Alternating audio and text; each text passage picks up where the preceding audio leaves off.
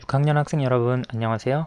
이번 수학 익힘 풀이에서는 원주와 지름을 구해보는 내용을 같이 공부해 보겠습니다.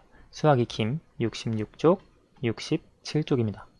먼저 여러분이 수학 익힘 66, 67쪽을 풀어보시고 그 다음에 영상을 재생해서 풀이와 정답을 확인해 보시기 바랍니다.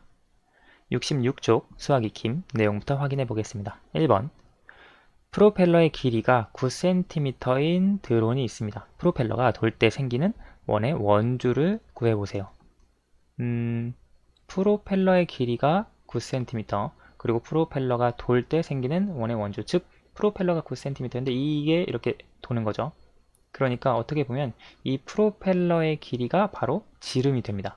그렇죠. 프로펠러보다 더 길게 돌아갈 수는 없죠. 프로펠러가 돌아가니까요. 따라서 지름이 9cm, 그리고 원주율을 3.14로 계산을 할 수 있으니까요. 원주는 9 곱하기 3.14가 되겠네요. 계산을 하면 6, 9, 4, 36이니까요. 3, 그리고 2, 1 올라가서 28.26cm가 되겠습니다.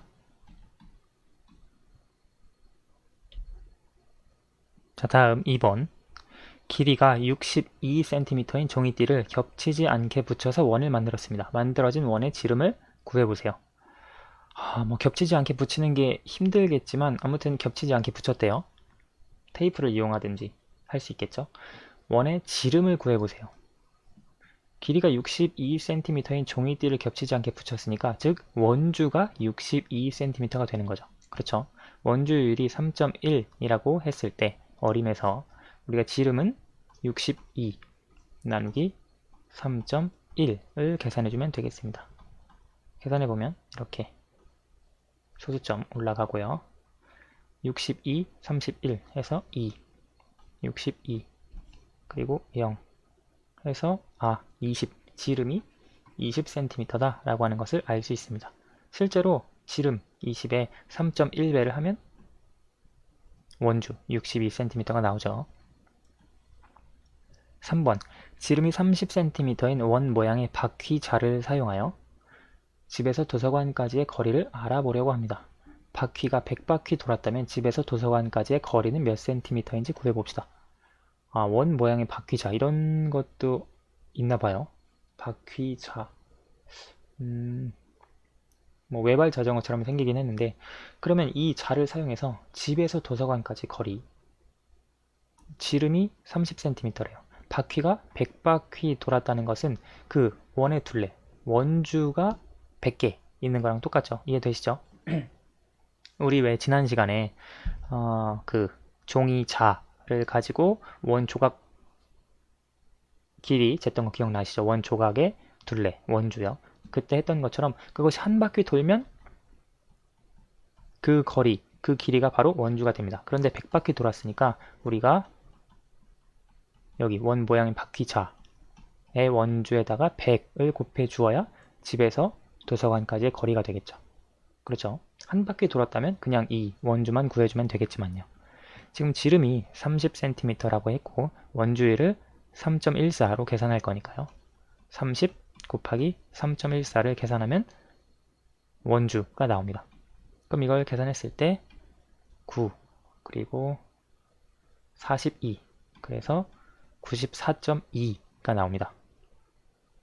94.2cm 이것이 지금 원 모양의 바퀴자의 원주입니다. 그런데 이게 100바퀴 돌았다고 하니까 94.2 곱하기 100 계산하면 9420이 되겠습니다. 그래서 집에서 도서관까지의 거리는 9420cm다 라고 구해줄 수 있겠습니다.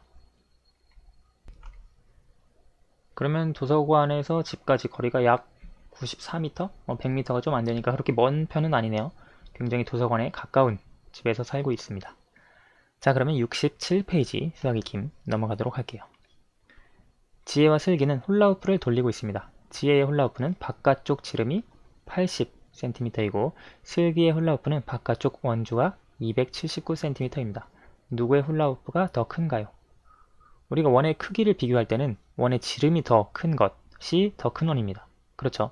그런데 우리가 지름, 그리고 원주, 그것은 거의 뭐 원주가 큰 원은 지름이 큰 원이라고 할 수 있습니다. 예를 들어 원 A, 원 B를 비교할 때 원 A의 지름이 크다면 원주도 원 A의 원주가 큽니다.